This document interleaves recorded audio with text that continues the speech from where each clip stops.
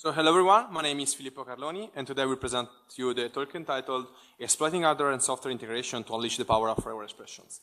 Before to start, just a couple of words about me. I am a last year PhD candidate in information technology in the area of computer science and engineering, and my main research focus area is about domain-specific architecture and compilers for the specific field of regular expressions. So, before we start about digging into the problem about executing a regular expression, let's start to introduce about the context in which they're used. And in particular, today we are facing in a world in which we need to process a huge amount of data with respect to patterns to extract information. For instance, we have bioinformatics, in which we want to analyze DNA of a patient to develop a specific drug, or we have computer security, such as intrusion detection systems and malware analysis, in which we want to analyze a packet entering a network with respect to 1,000 of regular expressions at the same time to spot malware intrusion as soon as possible. These patterns are represented as regular expressions that are a powerful and straightforward way to represent complex behavior that we want to extract from this data. But however, executing modern benchmark that includes regular expression is quite challenging because we want performance, so low latency and high throughput, but we want also to be energy efficiency with respect to allowing this type of computation, for instance, in IoT and cyber-physical system. In the middle, we want also the flexibility. For instance, in a database, we want to update the query to analyze potentially at runtime without incurring high overhead about recompiling the rule set or the query analyzer. So the solution that I'm proposing during my PhD is to exploit the approach of using regular expression as a domain-specific language, so as a programming language.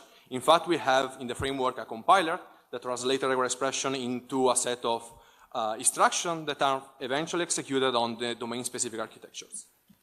Before developing the instruction set architecture that comprises the most important operators about the regular expression, we analyze which are, in the modern benchmark, the most used operations and features about the modern standards. And we can see that, for instance, we have the lazy and the grading quantification of repetition of the patterns, and we have also some character classes and dot operations. So we are not talking of simple string matching operation, but we have something that is more far behind of this type of simple computation. So then we develop the proposed instruction set that comprises the support of all of these operations. In particular, we can see that we have the base operation that are operations among characters. So for instance, character classes, so ranges of characters and alternation of characters.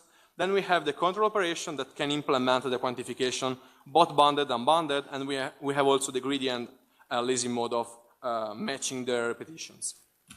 Then we implemented a domain-specific architecture that can efficiently support this type of complex operators in, of course, a domain-specific way, which means that we have two different memory, one for the instruction that are the compiled patterns, and then we have the data memory, which comprises, for instance, a packet to analyze.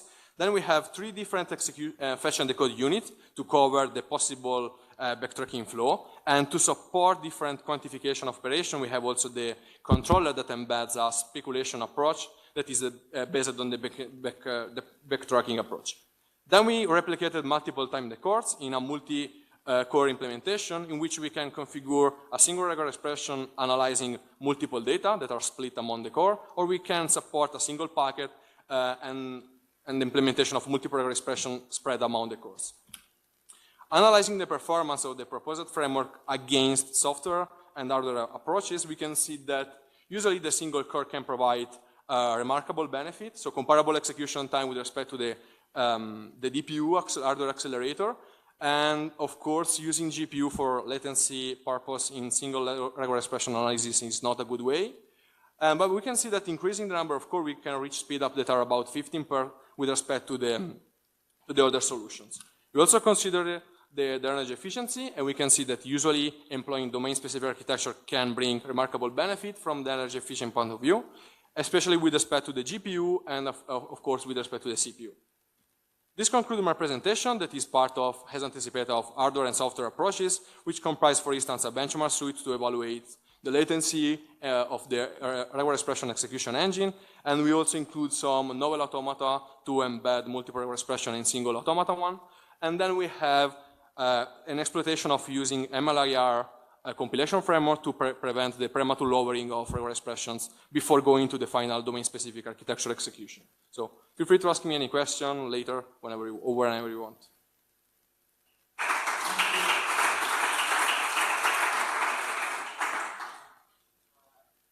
So this concludes our session. So let me thank the speakers for being sharp in time, and also let me thank you for being here. And so we have a 15-minute break, and then the next session of PLs is coming. Thank you again. See you later. But by the way, for the speakers, there is the additional ticket they ask Filippo that is going to give. Okay. Okay, see you later. Okay. Welcome back.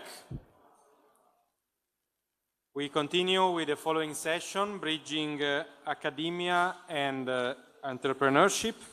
PhD ventures in IT research. So the idea is to showcase a little bit some research activity that can have a future as entrepreneurial activity. So I remind you 7 minutes sharp for the speakers. So it's a pleasure to introduce the first speaker, Mirko Coggi, please.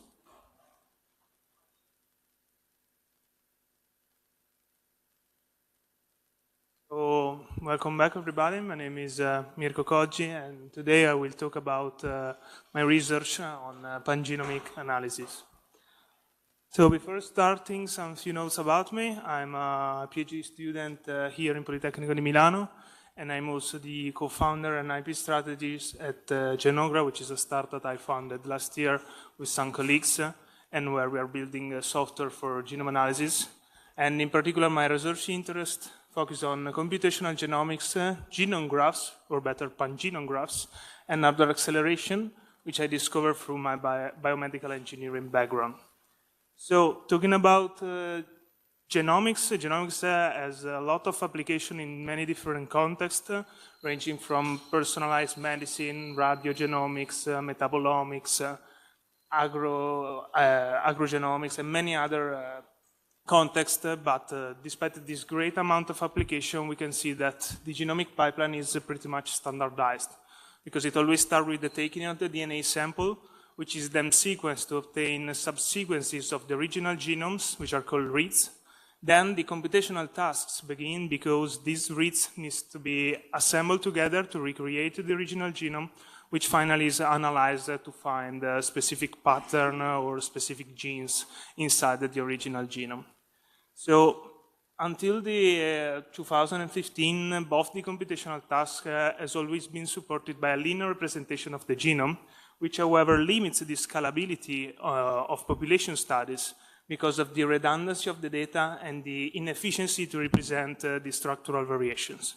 For this reason, genome graphs, or better pangenome graphs, has been introduced as a new, more compact and efficient way for representing the inter and intra-individual variability, because of their intrinsic ability of representing variations among a population of genomes as alternative paths inside a directed graph.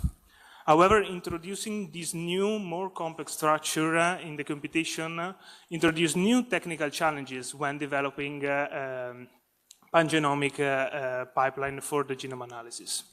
And one of the main challenges is the sequence-to-graph alignment process, which consists of mapping a sequence of nucleotides to a pangenome graphs, or better, to a path in the graph, maximizing the alignment score among the two structures. And during my research, I analyzed lots of tools in the state-of-the-art which account for this process, and I identified that there is a lack of a definitive solution which can perform better on different type of data. For example, I found some tools that can go faster on more linear graphs, other on highly branched graphs. Then there are lots of parameters that can modify the way we are aligning the read to the graphs. And this helped me in defining the scope of the goal of my research, which will be the creation of a definitive framework for genome graph analysis.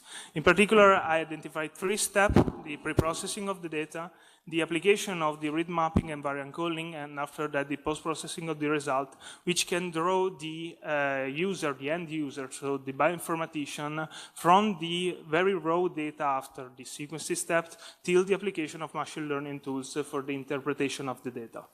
And in particular, the first step, the pre-processing of the reference graph, starts with the identification of repeated regions, which during the creation of the graph can lead to misrepresentation of the repeated region.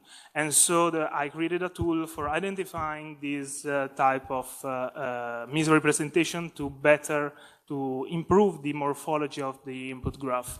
After then, since we are talking about very, very large data, when we talk about genomic data, the input graph can be very, very big. And for this reason, I introduced a step of graph partitioning to break the original large graphs into smaller subsection, smaller partition with specific characteristics, so more linear areas and highly branched areas. Then there is the application of the best sequence to graph alignment tool based on the characteristic of the partition.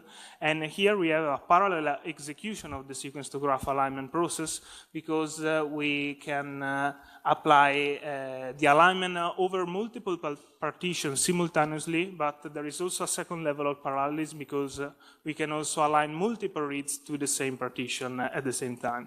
And after that, we have the parallel variant calling step, which characterizes each variation found during the alignment process. After that, we have the post-processing with the merging of the outputs of the variant calling step, which are the VCF files, into structured data frame, which finally can be filtered and queried with a specific tool. And this can help us in identifying only specific variation that we want to account during the application of machine learning tool for the interpretation. So, taking everything together, there is this framework composed by 7 tools. Of course, as we need to be the most performant as possible, each tool is created using low-level programming language, and where we can also hardware acceleration, but we know that this can lead to difficulty in the use of the framework for the end user. For this reason, what I want to create is a Python binding of the whole framework, to increment the automation of the whole framework and to make more easy its adaptation to the already used pipeline by the bioinformaticians. So, to recap, what I've told today is the framework for a high-performance framework for genome graph processing, which can also be very, very easy to use and can fit effortlessly the standardized pipeline.